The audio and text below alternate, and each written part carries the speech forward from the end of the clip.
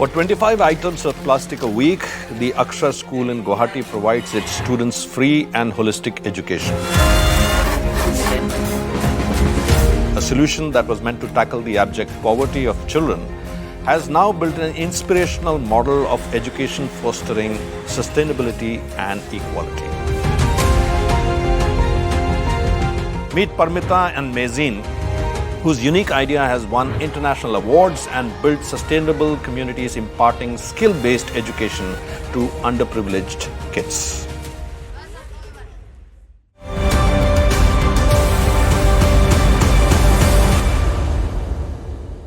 Thanks a ton, Parmita and Mazin, for coming into the studios. Thank you for inviting us, Thank sir. you. It's an honor. So, let me begin by asking a very obvious question. Anybody who meets the two of you is going to ask this question, that a boy from Sudan, a girl from Guwahati end up creating a school in one of the remotest areas of Assam. So, how did it begin? And let me start with you, Parmita. So, why don't you begin with your life story? How did it all begin? Okay. Well, I was born into a political family. My father was in politics, and my mother is from Gujarat, actually. She's not from Assam. So from a young age, I have lived in Assam, and my father passed away in 2000 in a bomb blast. He was a minister at that time, and then after that, my mother... What was he a minister of? He was a minister of PWD and Forest. PWD? PWD and Forest. He had two oh, portfolios. Sensitive ministries, both of them. Yes. And he was killed in a bomb blast by the Alpha. And then after that, my mom joined politics, even though... How old were you when your father... I was 10 years old. You were 10 years old. So 10 that's years about old. grade 5. Yes, I was exactly in grade 5. Grade 5. At the age of 10, you are told that your father has been not just assassinated, but literally blown up to bits. Yes. And you're the only child. I am the only child. And your mother takes this and decides to stay on in Assam instead of maybe going back to her parents' house or whatever. Yes. And she decides to step into the shoes of your father. Yes. Politically speaking. Exactly. Okay. Yes. So yeah, for her, the reasoning was that she did not want to uproot me, and I had grown up in Guwahati my whole life. So she made the choice of staying there and stepping into my father's shoes, like you said. And yeah, she has been a pillar of strength. Like since the moment when we found out that he has passed away, she did not even cry once. Like not even a single time did she come to me in tears, because she did not want me to feel vulnerable. She did not want me to think that, you know, things are changing for us, because we were living in ministers' quarters at the time. Like everything was going to change for us. But not even for like a minute did she make me feel that, you know, things are going to change. So she kept up a bold face in front of me the whole time, not a single tear. Like I still remember that, because people were just coming in and wailing, and she just like, you know, like she tried to be as composed as she could. And oh yeah, she gave me this feeling and this belief and this assurance that, you know, everything is going to be okay and we will be fine. So that was a big, you know, event in our lives. But she made it sure that we would be kind of okay. And after that, she made sure that I was taken care of in the same way that when my father would have been there, I would be taken care of. And never for a, you know, afterwards, I didn't feel like I didn't have a parent, because she put on, or she took the role of both a father and a mother and made sure that I had a good life. So you finished your education and you did that schooling and Yes. college also In Guwahati. You chose to stay back in Assam, where your father Yes. had been assassinated. Yes. Amongst the very people, maybe the Ulfa. Yes. And you said that you were, as a child, very, very afraid of losing your mother as well. I was. And I think for a child who's lost one parent, the biggest fear would be losing the other one as well. I was very worried for, you know, at least a very long period of my life, that people would like, you know, just shoot us when they are like going past our house or something. Like I was genuinely afraid. And my father lost his life because the Alpha killed him, or in a bomb blast. So my mother was going into that constituency every single day. So that was a big fear for me, that will she come back home tonight? Like that was weighing on my mind a lot. And yeah, that did make me, of course, afraid. But I also learned to kind of deal with that thanks to my mother. She made sure that I felt comfortable. Before elections, she would come to me and ask, do you want me to contest in this election? If you say no, then I will not. So that made me feel that, okay, I have some control over the situation and my mother values my opinion, and that if I don't feel comfortable, she will actually leave politics. Of course, I said yes, because my dream was also to be a politician when I was younger. I thought that to make real changes, like you mentioned before, you have to join politics. You can't be kind of taking your hands off. So to bring about change, or I thought that I wanted to grow up and bring a change in the world, and politics was the way to go. So I was inspired by my mother, of course. Like, she stood like rock solid the whole time, my whole career. Even when I made mistakes, never did she say that, okay, this is not how it should be. Like, she would show me the correct path. So I would say that whatever I am now, it's all because of my upbringing that my mother made sure that I had. So, Mazin, let's come to you now. So, born in Sudan.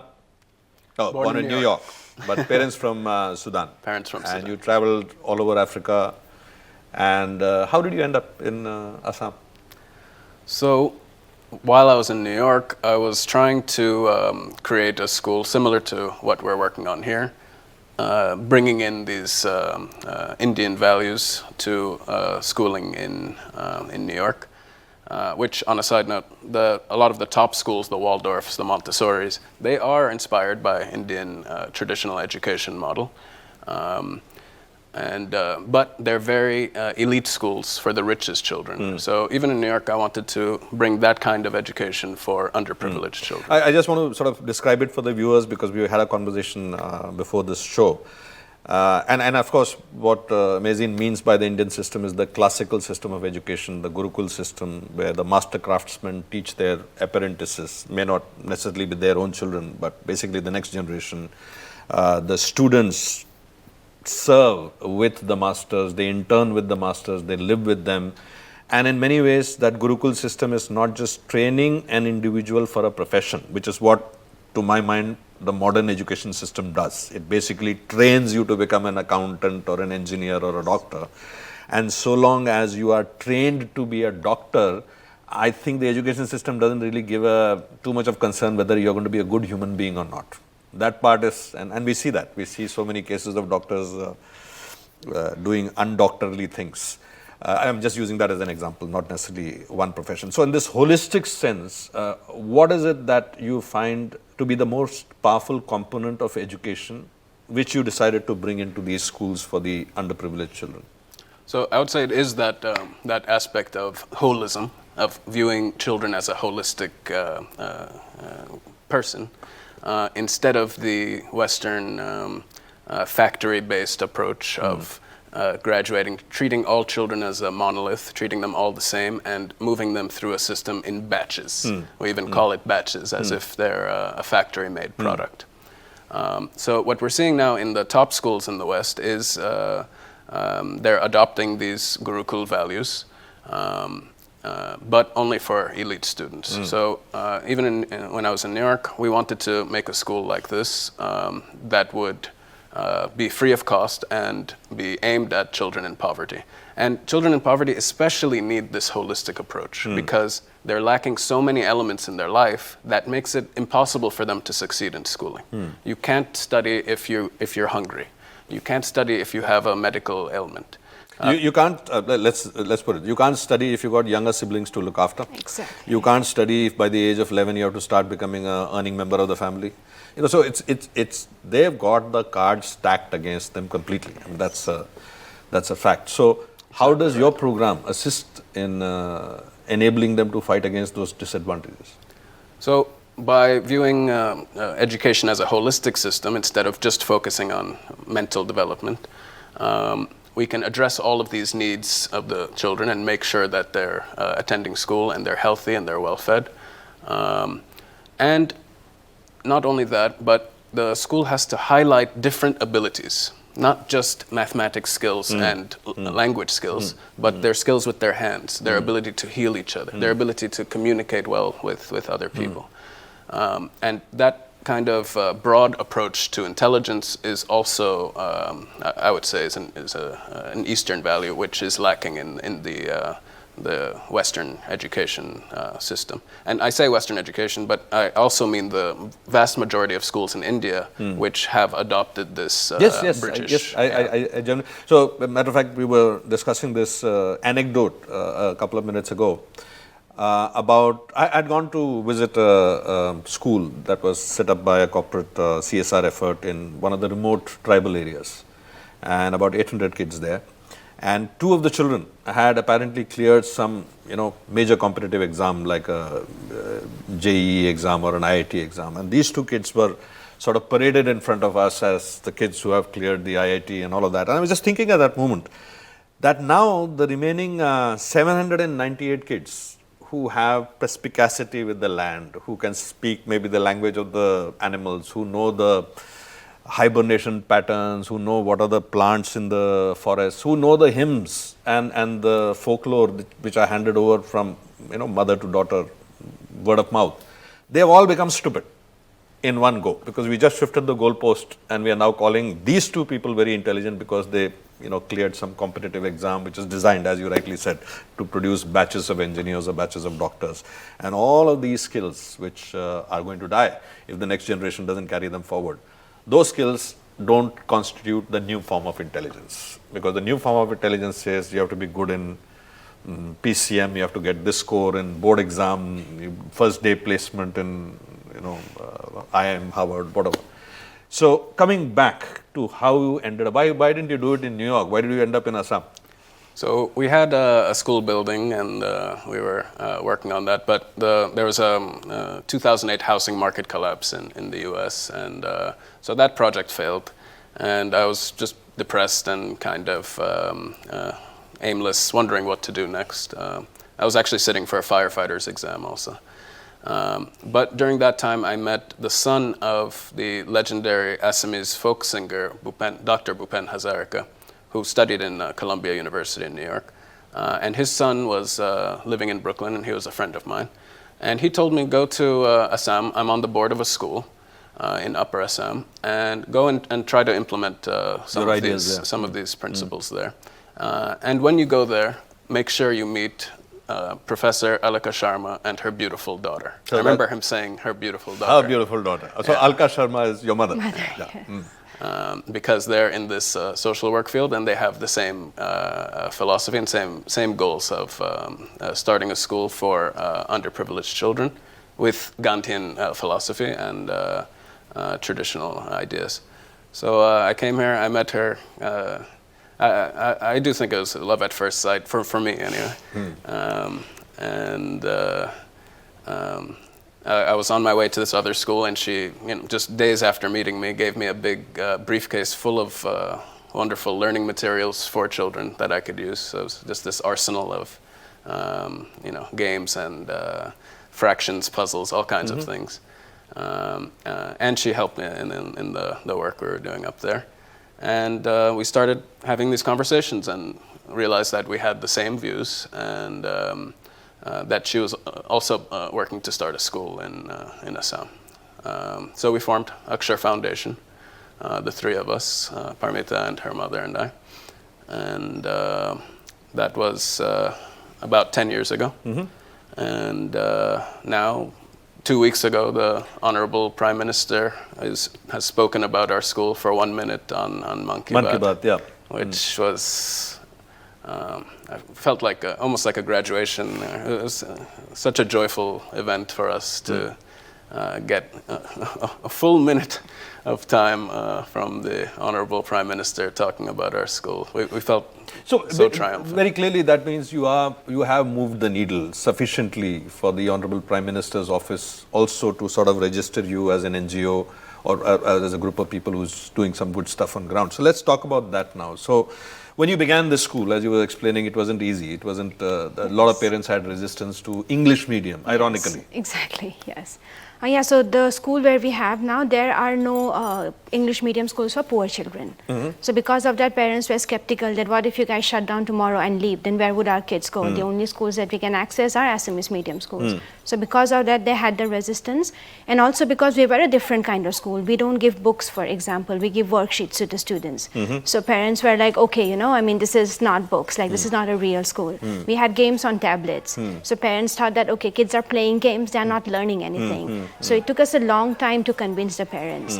And the parents actually got convinced when after like about 1 year, they saw the changes in the students that had been with us. So after that, parents were like, okay, this school is doing something well because these kids are progressing so well. And then we had a lot of students coming in for admission. So after like 1 year of operation, we had like around 100 students in waiting list because we did not have the resources to admit them in the school. No, I think there's a very valid point, and it's a point that's worth highlighting, that in the classical Indian parent's mindset, there is study and there is play. Yes. Right? And if you're playing, then obviously you're not studying. Exactly. I have a sense that this kind of carries forward into corporates also. So if you're doing anything that is fun, then it means you're not working, because work is supposed to be drudgery, it is supposed to be, you know, tough and not supposed to be fun. Education is never supposed to be fun. Yes. So how did you make this, you know, sort of sweet spot happen where you're taking kids who are definitely not coming from an environment where they are going to be sort of conducive to education? They are going to come from environments where they are going to be very heavily distracted or maybe even committed. In, as you said, that they're sent to work in quarries and all of that. How do you invoke that hunger in them to continue education or continue studies, where very clearly it's not like you're offering them something at the end of it, that as soon as you complete this, you will get a job or you are being coached for a competitive exam? How do you do that? So there are two things here. First thing is that the students earn money at school. So when we saw that a lot of students were dropping out to go work outside because they had no option, we had to figure out a way to get them into school. Okay. So in order to do that, we started this meta teaching where the older students would be teaching the younger students, and in return they would get paid in points, basically. So that was a big incentive for the students because they could start earning at the school instead of having to go outside to work. And secondly, we do not group the students by their age. We group them by the skills. So if we have like a 10-year-old kid coming to our school, for example, we would test his or her level, like where the kid is in math, like level 2, in English, the kid could be in level 4. And based on that, they are placed in the groups. So this also gives them this feeling that, okay, I'm learning at my own level. I'm not being forced to learn concepts of which I have no idea. We are not teaching fractions to students who don't know addition. So that way they were motivated to learn because they were learning at their level, and that also made it like a fun activity for them because they were enjoying what they were learning. And we also emphasize to the students that they will, if they learn more, they will earn more. So a student, for example, suppose the student is in level 5 and the student goes from level 5 to 6. So when the kid goes up a higher level, the kid earns more when they are teaching a younger student. So this helped them have this hunger that, okay, if I want to earn money, I have to learn quickly. I can study well and then I can earn more money. And students, again, are not placed in one level for a whole year. When a child is ready, we promote them. So a child can be ready in 3 months and 6 months based on his or her learning level.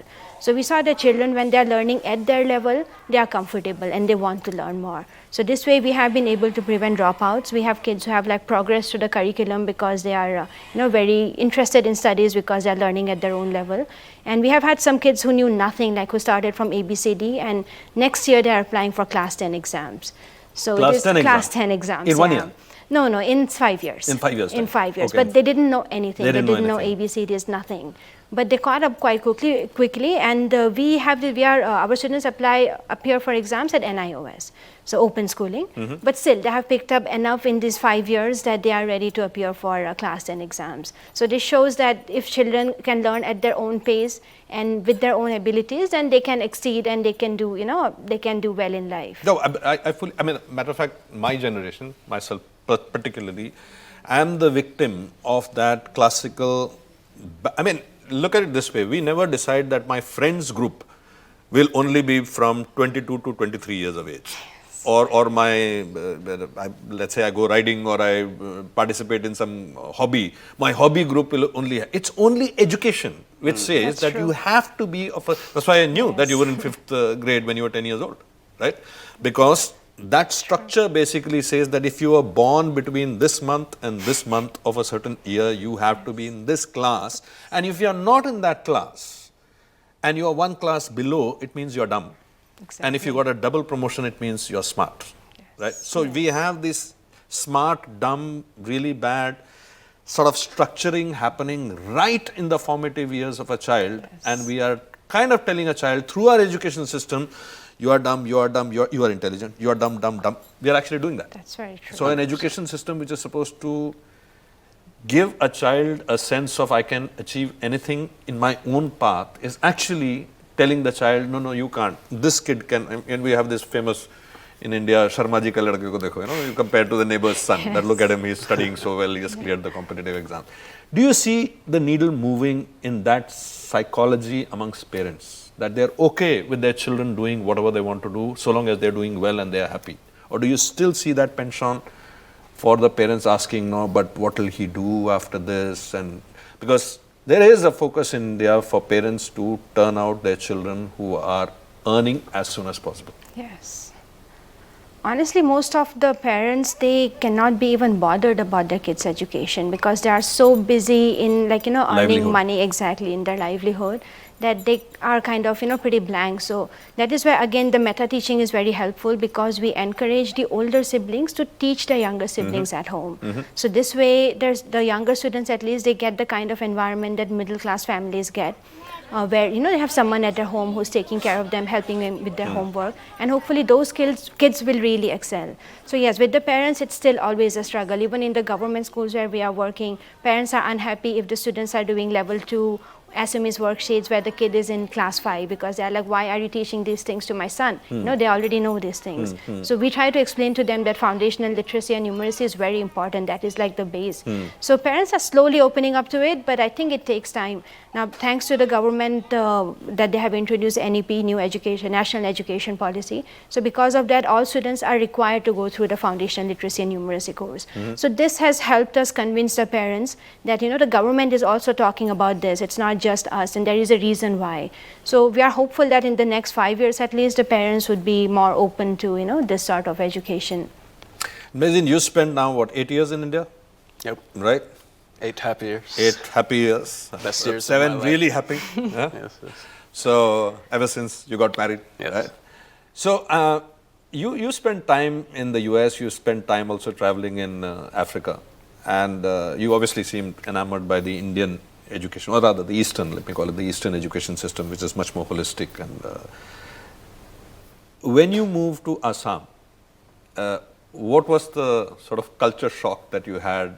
Because in all fairness, even, for many Indians, Assam is not a place that, or the far northeast is not a place that they are very, very familiar with. That's a fact. I'm Yes, sure you. no, it's true. So for you coming in, for typical American India is Delhi, Bombay, Agra, Jaipur, this circuit. But when you go to the northeast, what's your learning in these 7 to 8 years? So the first thing that was a culture shock for me coming to India broadly is the sheer population density. So I lived in New York and California. California is more spread out. It's not as packed. But in Manhattan in New York, it has that high density population. And I feel that the energy in New York is similar to all of India because of that just sheer volume of people. Regarding Assam, I was struck when I came to Assam at the level of diversity in Assam. There were just so many different types of people that I was surprised to see that in India. I think it's because of the unique location of the Northeast. But just all kinds of different tribes and faces and appearances. So that was a pleasant surprise for sure. But yeah, it's been the happiest years of my life for sure. Have you learned the language? A little bit. A little bit? I've learned more Assamese than Hindi. That makes sense, because you are operating in Assam. And I was teaching in the school for many years and interacting with the children. At first, we were focused on teaching English, but now we've shifted to a kind of mixed medium where English and so they may have worksheets in English, but the communication is in Assamese between teachers and students. And now we have worksheets and software in Assamese language, and I helped to design that. The Assamese software. So I myself gained some basic Assamese literacy by building these games because we saw that there's not a lot of Assamese language software. And now NEP 2020 and also the teachings of Gandhiji was that the mother tongue should be emphasized. And when you just highlight English from a young age, it alienates the children from their own language, from their own culture. So that's kind of a mistake that we had early on, which was that we thought, okay, they have to know English in order to succeed in life. But now we realize, no, especially in the primary level, they have to learn in their mother tongue in order to succeed in life. Right now, you have about 200 kids in your school? In our model school, we have 110 students, 110 kids. and we have 5,000 government schools. And so, what's this arrangement that you have with the government? Where, can you explain? So, suppose there's a state government out there which looks at this and says, "Hey, we want to do something similar." What does it involve? What do you do with the school? So, our model school is designed to implement NEP 2020, and that NEP 2020, one of the really radical aspects of it is that there should be, it says in the introduction, that there should be no separation between academic and vocational studies. That these two things should be treated as two halves of a whole, exactly. Our goal in creating the model school was to show what can be done, and we try to keep our budget at a low cost so that it can be easily replicated in government schools. And a few years ago, we entered an MOU with Samagra Shiksha Abhiyan of Assam, and to implement our model in 100 government schools. And that includes bringing this vocational training. We bring nurses, we bring electricians, carpenters. So in addition to biology, physics, and math, they have carpentry, first aid, and electrician training. And to your point about students who are treated as dumb, we have children who may not excel in academics, but they're brilliant with their hands and with building and so if they can come to school and they have something where they are the leader, they're valued, where they're valued, then they are more open to addressing their academic weaknesses. So they just stay in school longer, they're more motivated, and they're not discouraged to, and kind of pushed into dropping out of school, which is what we see in a lot of these, in the traditional. No, in the classical system, it's a race. It's a race to the top. Yeah. The top is very clear, at least in our era. The top was very clear. It was the civil services, then you had the banking, then you had the assistant grade, and then you had, of course, somewhere defense forces also came in. And then you had, it was a pyramid. Precisely. And it depended on which institute you went, which school, when you got placed, what college. It kind of decided who you were, your persona, your how the society viewed you as a success, which is ironic, given that this country has got enough and more examples of huge businesses being run by school dropouts. It's true.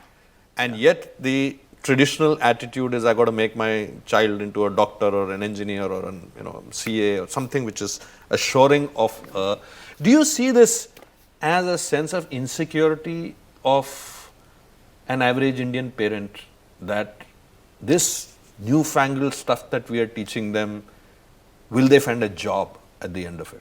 Is that insecurity that you sort of sense?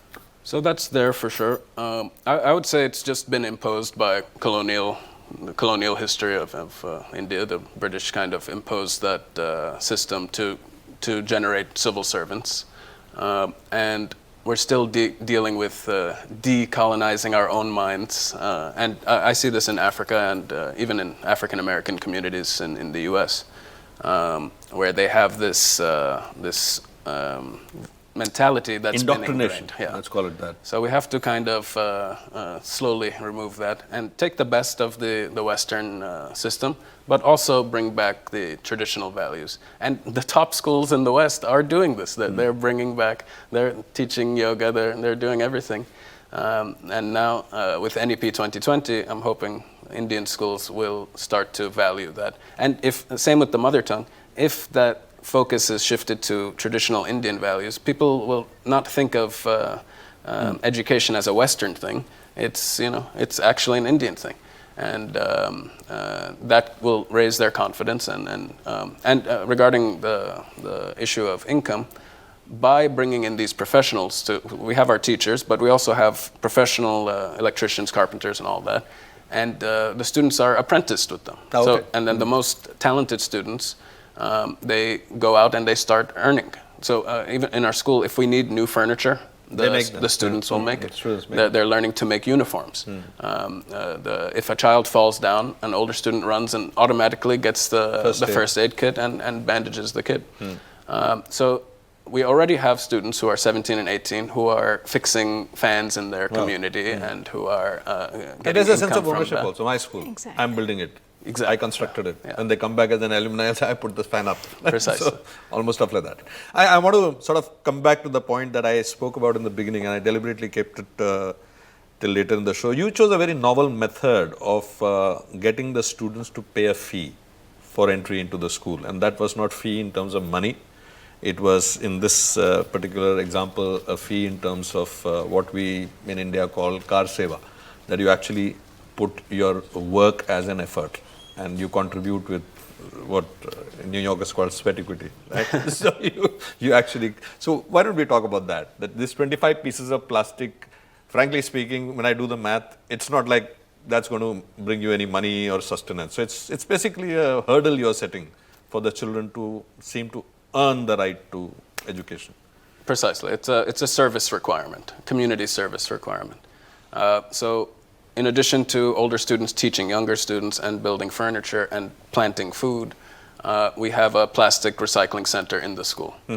So students take waste plastic, at first collected from homes near the school, and they use it to make bricks for construction, eco bricks. And now we're making new products from plastic, like flower planters and keychains, and soon furniture, desks and benches made from plastic.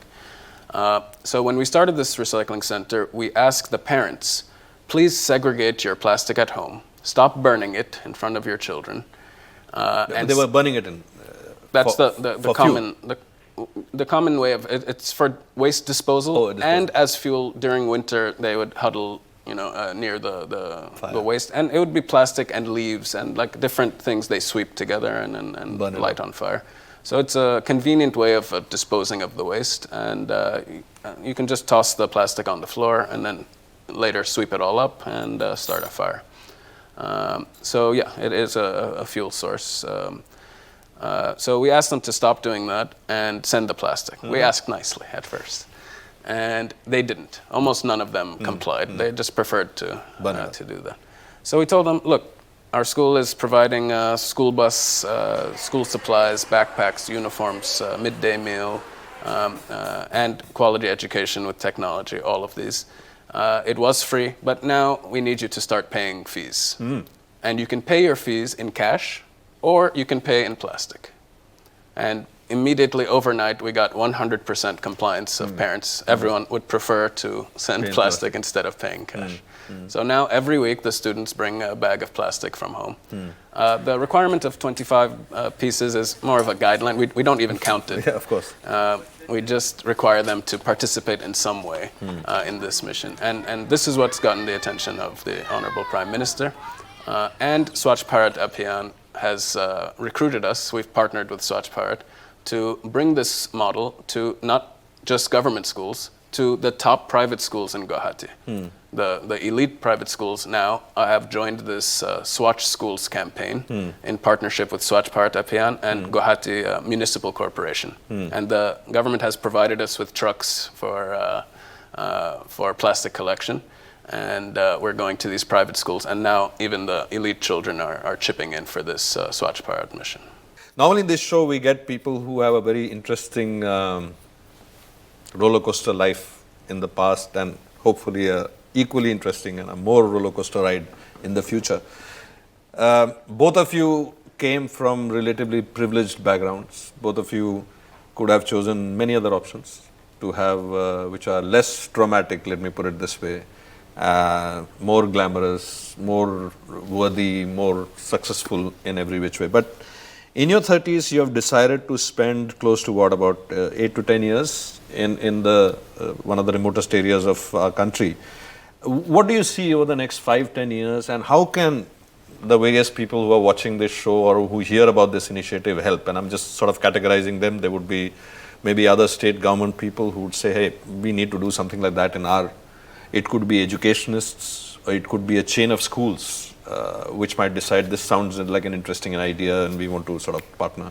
What's your plan, both of you? I mean, where do you see this going? I know that at this phase of the journey, a lot of your plan is how do we just survive until the next, you know, month, and where do we get the fund? But if you were to sort of take a deep breath and look and say that next 5-10 years, if we have to scale this, whatever we are doing and whatever good you have brought to now 5,000 kids, with, Yes. if you have to bring it to 5,000, is still a drop nothing. of Exactly. a drop Yeah. of a drop Exactly. in the ocean of Exactly. India. And many of the things that you are actually looking to do is not just education from a conventional education point of view, because a bunch of kids who learns to gather up plastic also learns a lot about climate change, even though that it looks very simple. But what's your sort of vision for, or your dream for? Yes, well, our hope is that we can be in every school in Assam in 5 years and then eventually India.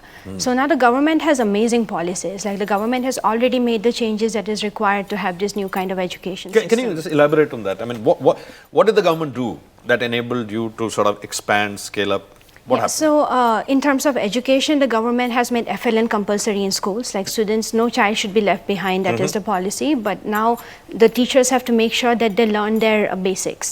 So FLN has been very helpful because that again? FLN, Foundational Literacy and Numeracy. Foundation Literacy and Numeracy. Yeah, we call it FLN in shortcut. Okay. But yeah, so government has made that mandatory in schools. So that helps children catch up because there are kids in class 3 who don't know letters. Now they can actually learn the letters even though they are in class 3. So that has been very helpful. The government has also mandated individual tracking of students. So now the government teachers have to make an effort to know where each child is at and then give them education at their level. Not to mention earning while learning is not something that's there for schools yet, but it's already there for colleges. Okay. The government has a policy where the college students should be given an opportunity to earn while learn because of the same issues that they have at home. And vocational training. The government has mandated that all students from grade 6 onwards, they have to learn some kind of vocation and engage in some kind of vocation. And also peer learning. The government also says that it is beneficial for children if there is peer learning and that peer learning should be introduced in schools. So basically everything that we do, these are policies now. And that has been very helpful for us because when we were first going into government schools, it was like us bringing in a project like, okay, Akshar needs you to do vocational training, and the mindset in urban areas is that these are low-level jobs. I don't want my child to be an electrician, like you said, I want them to be a doctor. But now, thanks to the government, it has been possible for those parents as well to see this as like an earning potential, that okay, it is worth learning some vocation, and they are encouraging the children to do it. So in Pamohi, if you look at our school, like every student when they graduate from our school, they will have some skill that they can stand on their own feet, like they will not be dependent on their family members. And that is what we have always been focusing on, and now the government is also kind of going in this direction, including the environment sustainability. The government talks about, like it's important for us to teach children at a young age. So all these concepts which we were bringing now, it's policies.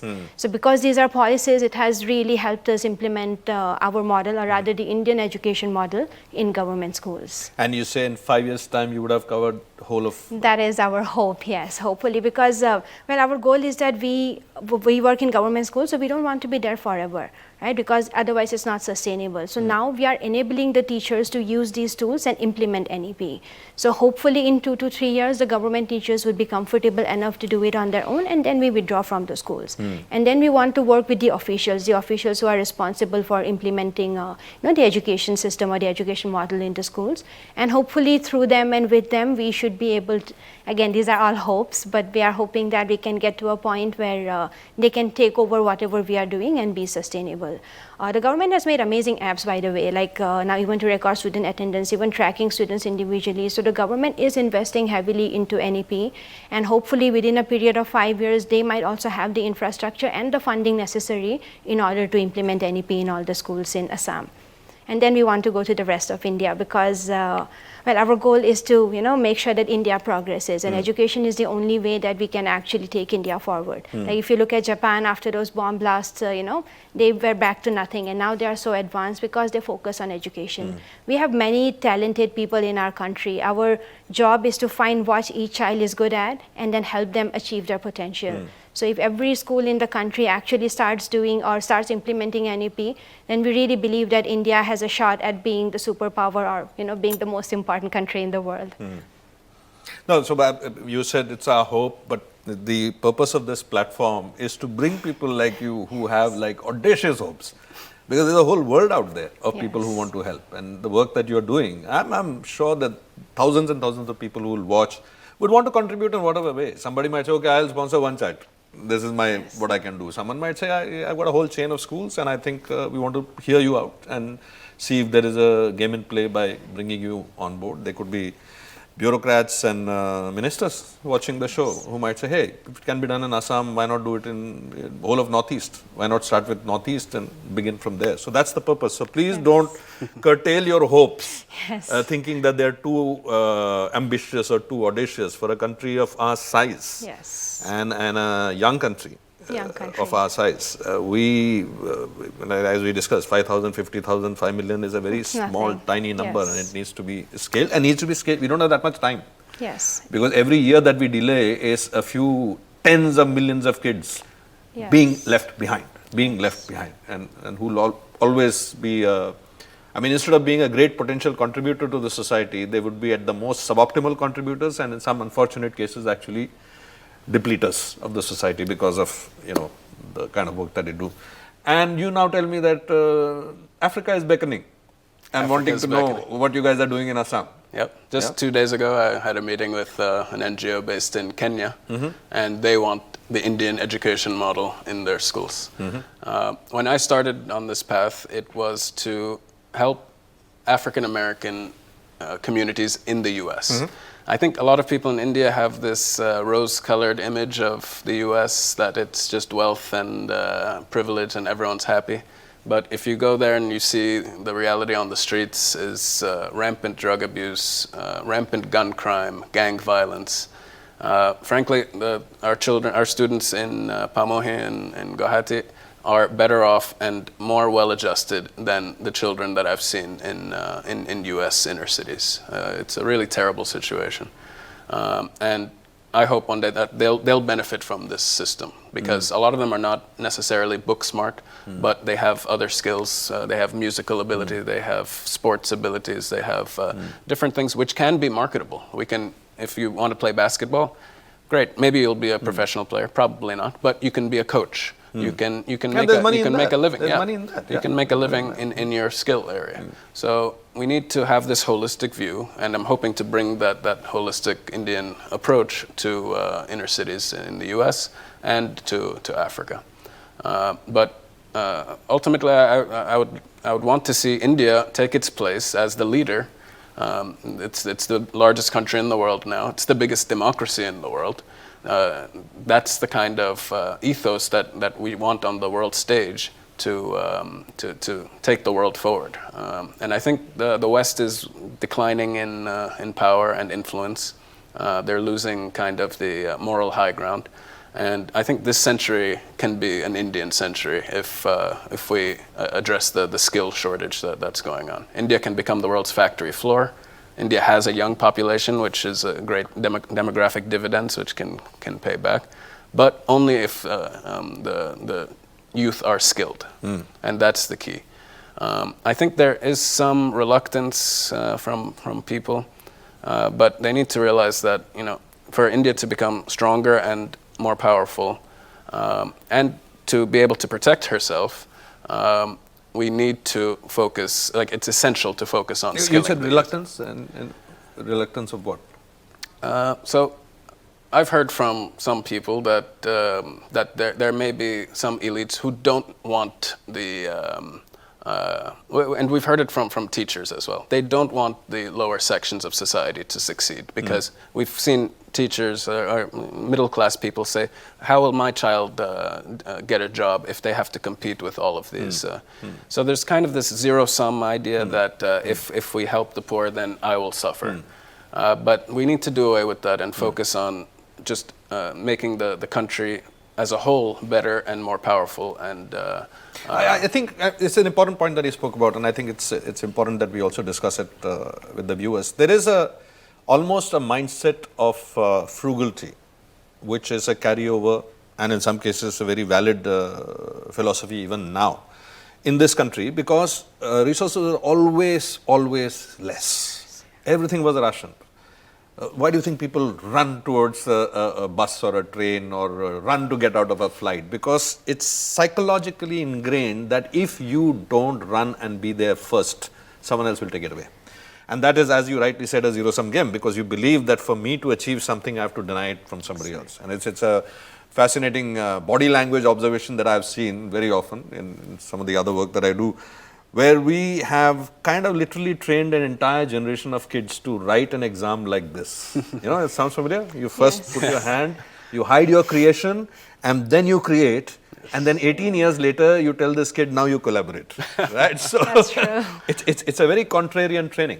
For sure, for sure. And I really wish that your hope and more, you know, sort of Godspeed in terms of resources and all, but I think it should be eventually a full circle. It's not about India leading or US declining. It should be that there was a phase where India was considered to be the education hub of the world. Yes. That phase, for whatever reasons, shifted to the West for a little while, and now it's coming back. But it's the world. I mean, I would rather believe in that Vasudeva Kutumbaka, that the whole world is one family, and if the America is declining, that's also our family, no? In some larger scheme of things. I mean, after all, you are a resource who's born in one country, originates from another one, educated in a third one, assisting a fourth one.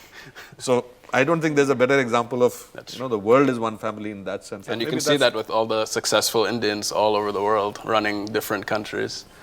So I definitely agree with it. There's a world view. But I do think the global community has done a disservice in neglecting the wealth of India, the ideas of India, the values of India. And if the whole world can start, well, if India succeeds for herself, then the whole world can learn these lessons. And I'm hoping Africa can start to follow in the footsteps of Africa instead of just chasing the West all the time. So that's what I would like to see. But I really wish that India would start following India. Let's begin there, exactly. You know, but the rest of the states of India, looking at what you guys are doing in Assam, and some amazing, you know, work that you're doing there, and try and emulate that. So if there were 3 things that you could ask for today in this platform, and they would be given, right? If you could wish for, what would those 3 things be? Would it be like more attention by, you know, donors who are funding these kind of programs? Would it be private individuals hearing about it? Would it be parents who want to know how this method can be advocated in their school? Or will it be all of the above? I would say our number one wish is for more state governments to enter into agreements with us. And we can go and start training teachers in other states. We are in talks with leaders in Madhya Pradesh, Punjab, at very early stages, but we want to become a pan-Indian organization. And of course, to achieve that, we need government contacts and we need funding. So connection to powerful donors who can make things happen. would be a dream come true. Though, you know, make things happen doesn't happen in India. In India, everything takes a little bit of time, but I'm pretty sure that there will be powerful donors out there, and especially those who are interested in this field of education, who understand that, as you rightly put it, this is the route to going forward. There is really no other route. Who would be watching this and hopefully would be inspired to participate in the journey with you. So thanks a ton for coming, Parmita and Thank you. Mazin. And I look forward to seeing you soon and hopefully a show which will talk about your next part of the journey. Wonderful. Thanks a ton. Thank you so much. very It's our honor. Thank you. Thank you.